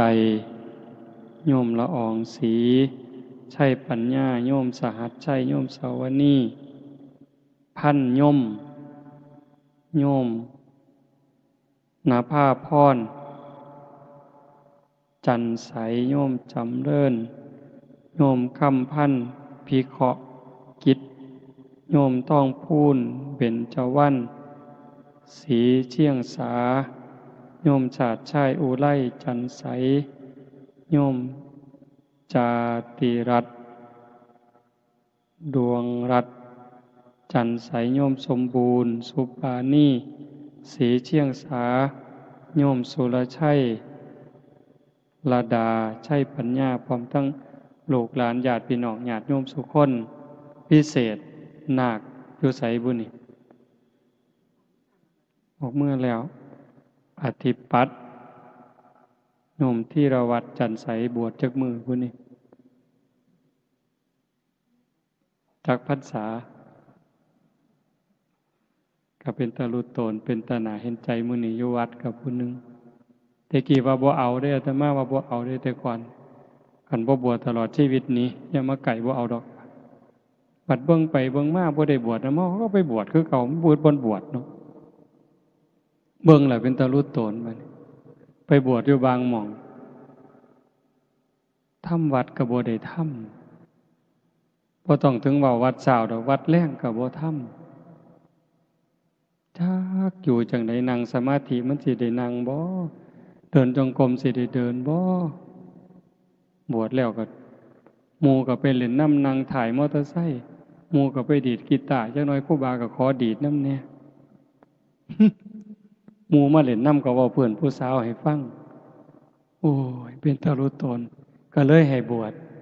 มื้อนี้ก็มีมาเรื่อยๆผู้ละ7มื้อผู้ละ9มื้อ15มื้อก็จักสิเฮ็ดจังไดโยมเอ้ยแก่บ่ตกแล้วล่ะคันบ่เฮ็ดก็บ่ได้ก็เป็นตาลุโตนจักหน่อยก็สิว่าบวชมาบ่แห้งแล้วศาสนาพุทธก็บ่มีหยังดอกพากูกินตัวข้าวแล้งเพิ่นสิว่าอีกห่วยก็เลยให้บวชจังซั่นบวชหน่อยก็ให้เพิ่นตั้งใจพ่อแม่ดีญาติพี่น้องดีมีครูบาอาจารย์ดีก็ย้ำเตือนกันเอาแนะนำกันเอาเด้ออนุโมทนาสาธุถ่ายที่สุดก็ขอรัตนาอ้างอิงอำนาจแห่งคุณพระศรีรัตนตรัยคุณของพระพุทธเจ้าพระธรรมพระสงฆ์และอำนาจแห่งบุญกุศลคุณงามความดีที่มีทั้งหมดทั้งมวลในสากลจักรวาลจงหลอมร่วมเป็นตบะเป็นเดชะเป็นพลวะปัจจัยเอื้ออำนวยหนุนส่งดวงจิตวิญญาณของโยมพ่อใหญ่คูณแม่ใหญ่พิมพาจันใสตลอดทั้งปู่ย่าตายายบิดามารดาสามีภรรยาญาติพี่น้องลูกเต่าเหล่าหลานตั้งแต่ชาติก่อนพบก่อนพ่อแม่ในอดีตปู่ย่าตายายในชาติก่อนพบก่อนในอดีตถ้าได้รับหูรับทราบก็จงอนุโมทนาสาธุรับเอาหากบ่สามารถจะรับหูรับทราบได้ก็ขอฝากข่าวบุญข่าวกุศลที่ญาติโยมผู้เป็นเจ้าภาพพร้อมทั้งพี่น้องสุคนที่มาร่วมบุญในมื้อนี้ได้เฮ็ดได้สร้างได้ทำตั้งแต่การให้ทานไหว้พระรับศีลฟังเทศน์ฟังธรรมเจริญสมาธิภาวนาเหล่านี้ฝากไปกับเราเทพเทวดาพระนางธรณีภูมิญาณวิถีอันเป็นทิพย์จงนำข่าวบุญข่าวกุศลส่วนนี้ไปแจ้งแก่ดวงจิตวิญญาณโยมพ่อใหญ่คูณแม่ใหญ่พิมพาจันใสพร้อมทั้งญาติพี่น้องในอดีตชาติให้ได้รับหูรับทราบแล้วจงอนุโมทนาสาธุรับเอาหากว่ามีความทุกข์ก็ขอบุญกุศลส่วนนี้จงถ่ายถอนให้ได้พ้นไปจากความทุกข์หากว่ามีความสุขดีอยู่แล้วก็ขอบุญกุศลส่วนนี้จงส่งเสริมให้เพิ่นได้มีความสุขยิ่งขึ้นไปสุดท้ายก็ขอบุญกุศลเหล่านั้นจงสะท้อนย้อนกลับมาปกปักรักษาคุ้มครองเจ้าภาพพร้อมทั้งญาติโยมทุกคนจงเป็นผู้เจริญงอกงามในจตุรพิธพรชัยคืออายุวันนะสุขภละปฏิภาณธรรมสารสมบัติเป็นผู้มีสัมมาทิฏฐิได้มีโอกาสประพฤติธรรมปฏิบัติธรรมไม่ได้เข้าถึงธรรมที่บ่ทันได้เข้าถึงได้หูแจ้งธรรมที่บ่ทันได้หูแจ้งจนสามารถนำตนให้พ้นทุกข์ได้มีความสุขกายสุขใจปรารถนาสิ่งหนึ่งประการใดหากเป็นไปโดยชอบประกอบโดยธรรมก็ขอให้ความหวังความปรารถนานั้นจงสำเร็จทุกๆประการโดยทั่วกันทุกท่านทุกคนเทอญ